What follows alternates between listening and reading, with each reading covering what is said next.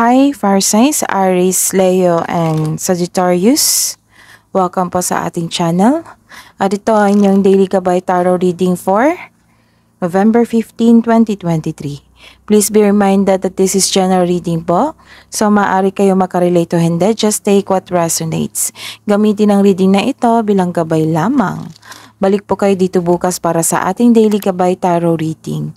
Please like, subscribe, and click bell button for notification para po updated po kayo sa daily tarot reading natin. Para po sa gusto magpa-reading, maaari nyo pong makuha ang link na sa description box po ito. Message nyo lang po ako sa messenger. Maraming salamat po. Spirits guys, ano po ang ganap ngayong araw na ito, ngayong November 15 para po kay Aries, Leo, and Sagittarius?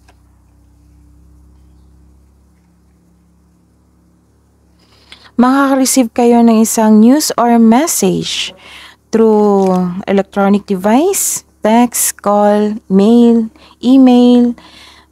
Nagkaroon ng communication din dito. And makaka-receive kayo ng isang magandang balita or hindi magandang balita. Tingnan natin. And you're taking time to your family, to the community, and to your culture. Nagkaroon ng teamwork dito. Maaring nagkaroon ng invitation sa inyong family or sa isang grupo. Naka-receive kayo ng invitation. You're taking time to your family talaga. Maaring may family reunion dito kasi may tradition dito na masusunod eh. It might be a kasal, a celebration, pagtipon-tipon, birthday.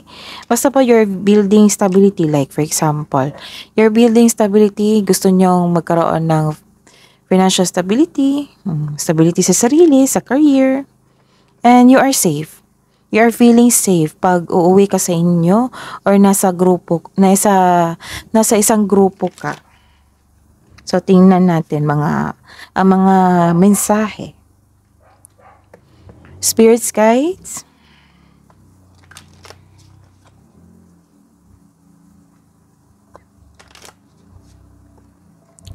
Spirits guides. Message nyo po para kay Aries, Leo, and Sagittarius. Wow, babangon ka. This is a new beginning. Begin your new life. So, kung the other day, the other week, the other month, last year, hindi kayo okay, hindi okay yung buhay mo. So, ito na yung moment mo na muling pagbabangon mula sa paghihirap, mula sa isang mapait na sinapit. Ayun.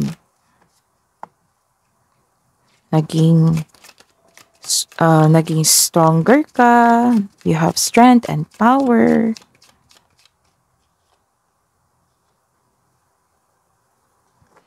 Originality. Blaze your own trail. Let's see your energy. Energy po ni Aries, Leo, and Sagittarius ngayong November 15, 2023. Clarification of this reverse card.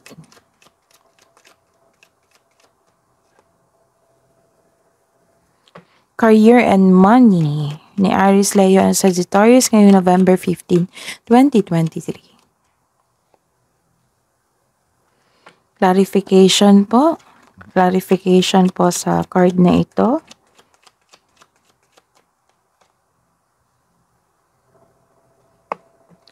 Love and romance ni Aries, Leo, and Sagittarius. Self-love, partnership, and romance kayong November 15, 2023. Clarification po. Clarification of this card.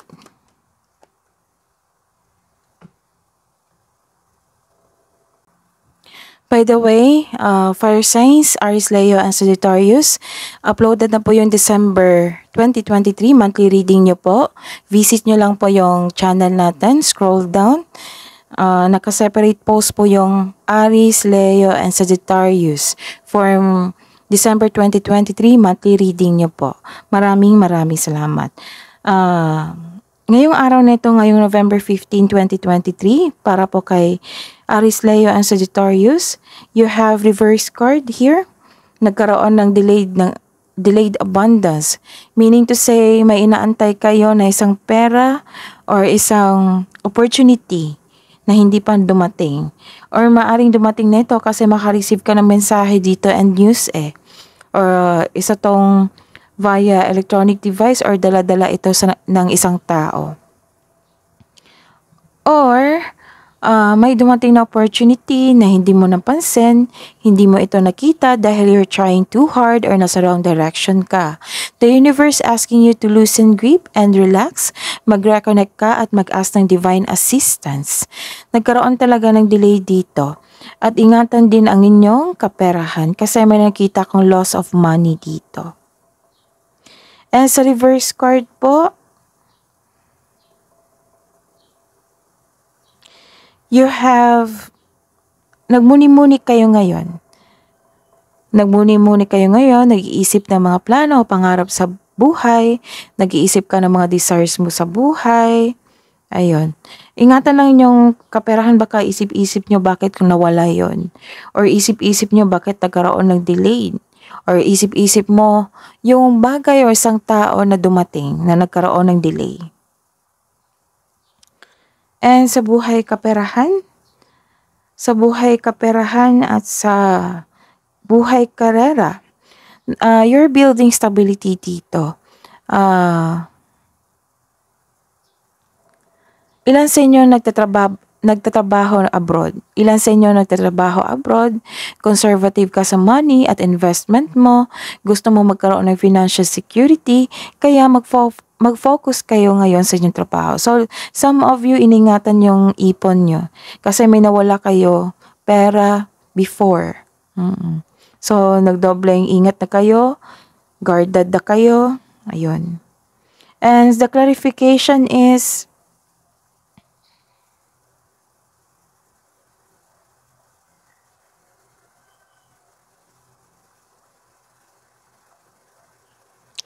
this is a reverse card. Nagkaroon po kayo ng moving on from challenges. From challenges sa kaperahan at sa buhay karera. Lumalayo kasi isang tao na nagdulot ng toxic relationship. Maaring kasamahan mo to sa bahay, sa trabaho, iyong boss, ang iyong amo. Lumalayo ka sa hamon ng pananalapi na iyong naranasan ngayon. Ngunit may takot ka rin na bumalik yung naranasan mong hirap noon. So focus.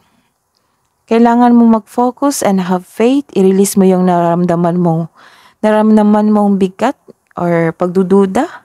Palitan mo ng positibo na ma-motivate ka ulit. Kailangan mo ng motivation, inspiration. Kasi you're feeling stuck dito parang natatakot ka na mawala yung isang bagay. So, on guard ka naman pero kailangan mong i-release yung bigat na nararamdaman mo. Pasensya na po, naputol kasi may dumating po na kailangan kong ma-receive. Ayun po. Sa araw nito, ngayong November 15, 2023, para po kay Aries, Leo, and Sagittarius, nagkaroon po dito ng isang sikreto. May nalaman kang sikreto. May nalaman kang sikreto, maaring galing sa inyong partner or sa kasamahan sa bahay. Sa mga single dyan, maaaring may malalaman kayong sekreto mula sa inyong manliligaw. Sa mga may relasyon, may sekretong mabubulgar at nagkaroon kayo ng honest conversation.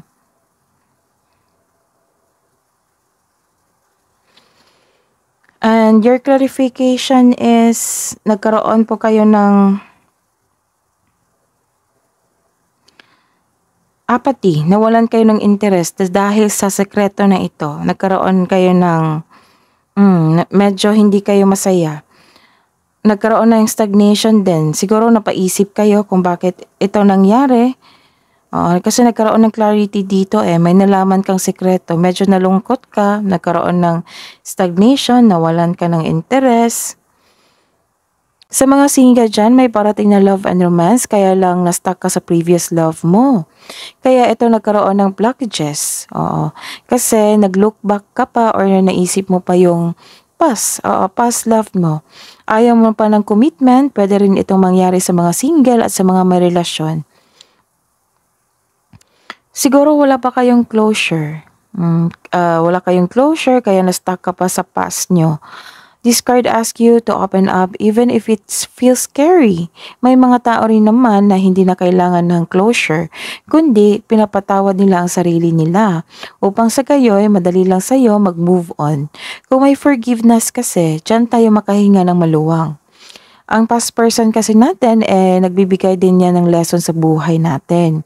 Dito tayo nagmamature. Kumbaga, sila yung karmic person natin na kailangan yung pagdaanan kasi may matutunan tayo nito at may growth na mangyayari. Kahit nasaktan tayo, may lesson talaga, may natanggap tayong lesson sa journey na yan. So, cheer up. Kailangan mong let go yan. Accept the fact na wala na yung past and forgive yourself also. Forgive the situation. Ayun. So, kailangan mong i-accept yan ang mga mangyayari and i-release mo lahat. Para pumasok yung mga blessing sa buhay mo, mga opportunity sa buhay mo. Hidden truth, anong iniisip mo, anong iniisip niya?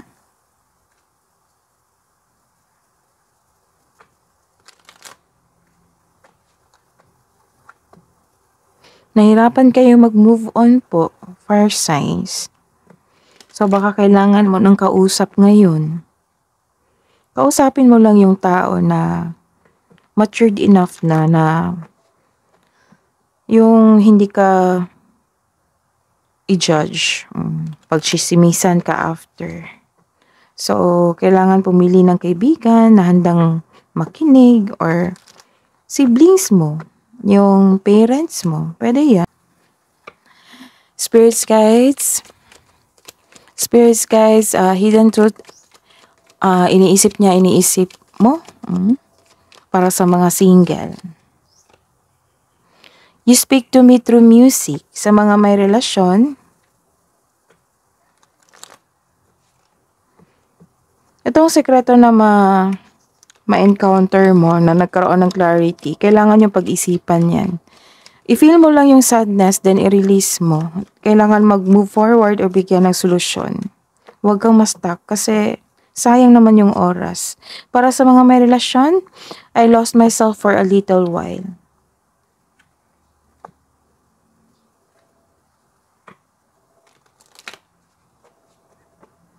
Yung sa fire sign, sunod-sunod yung blessings na dumating sa inyo, right? So, ingatan talaga yung kaperahan nyo. Sayang naman po. So, may nakita akong loss of money dito Parehas kayo ni Earth signs, Gemini, Libra, and Aquarius. So, kailangan talaga ng dobleng ingat. May problema ka rin sa karelasyon. Pero,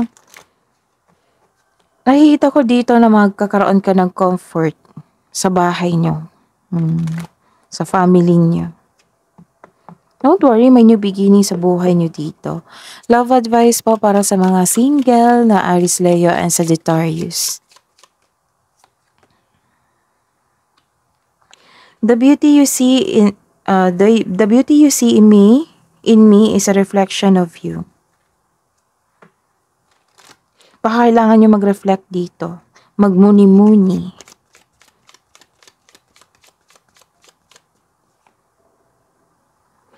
You are on the right path kasi new beginnings may bigay sa inyong opportunity. Blaze your own trail. Path din yan. So may binigay sa universe sa inyo na new beginning sa inyong buhay na inyong tatahakin. New path ito. This is an opportunity. So move forward. Nasa right path ka po. Maybe this message may parating din na this is an opportunity na nagkaroon ng delay. Ayun.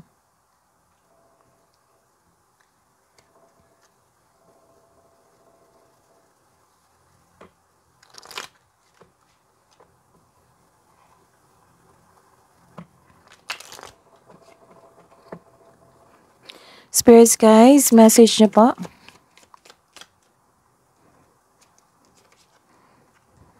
Ayos lang natin.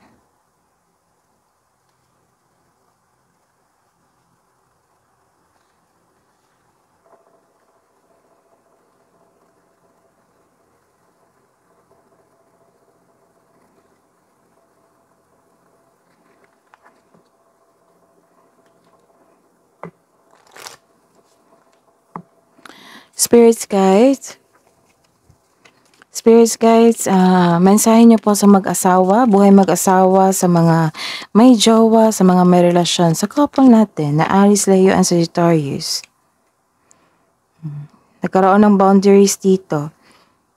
Having sensible boundaries is important.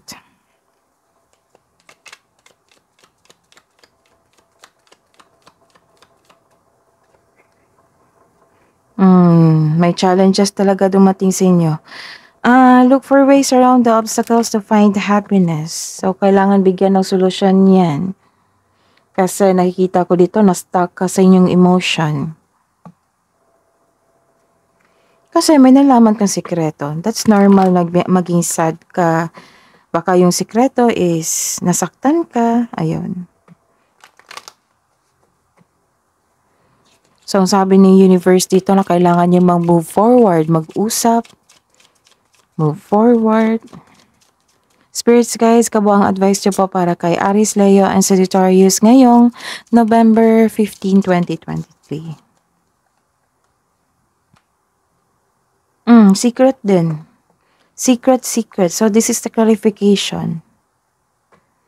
May sekreto talagang ganap, may namuong sekreto or may clarity sa sekreto, may naging honest sa inyo. Might be your partner, it might be you, it might be your kasamahan sa bahay.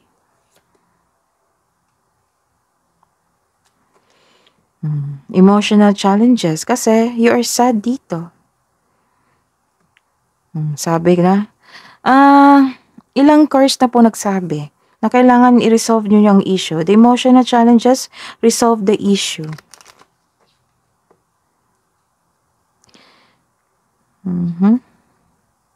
Ayun.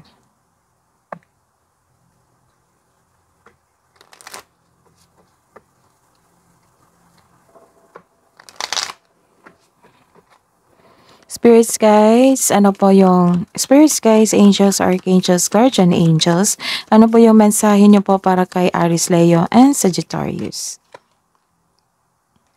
Message from Archangel Gabriel. Shimmer with diamond light, express your creativity. So take time to your passion, take time to your focus to your work, sabi ni Archangel Gabriel. Kasi itong Rising Phoenix is kailangan mong, you have a strength dito eh. Kailangan mong mag-move forward na maging matapang.